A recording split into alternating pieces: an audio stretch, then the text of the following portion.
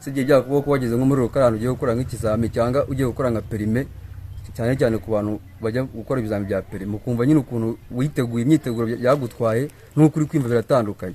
Ese hari umukunzi watubaje ngo ese kuri aho uri kwimva ni ubwoba, ni igitutu cyangwa ni impungenge? Muri ino video tugiye kubafasha gusobanukirwa ibyo bintu uko ari bitatu, wenda kugira ngo tubyumvikaneho neza kuri rurimi rw'icyongereza. Ibyo bintu uko ari bitatu, ubwoba ni fear, impungenge ni anxiety, noneho igitutu kikaba ari stress.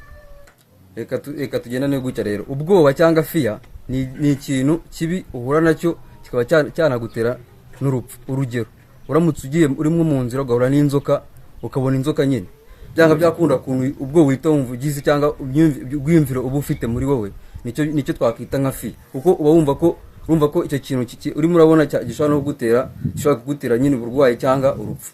Naho anxiety cyangwa impungenge ni uko wari gutekereza nk'ibintu by'ahazaza ukumva ntabwo uzabasha kubikora neza, cyangwa akaba ari cya gitutu kimwe kiragutera kumva nyine ufite impungenge y'ibintu uzakora. Tuvuge nk'aho kujya twabaye uri gukora ikizami, ukumva ukabitekerezaho mbere yuko ukibona uri muri lokale cyangwa uri kurivura mbere yuko umunsi nyirizina ugera. Izo ni cyo twakwita nk'impungenge cyangwa anxiety. Naho stress yo cyangwa igitutu ni igihe akeneye ibintu byinshi. Ubwo tuvuge nk'urugero, ukeneye amanota nka 70 kugira ngo wimuke mu kizami urimo urakora, ariko wareba uko wakoze mu gihe cyashize, performance yawe igihe cyashize, ugasukabona n'ubundi 50 uzayabonamo. Rero niba wakunze ino video, kora follow, like na share kuri bagenzi bawe. Murakoze.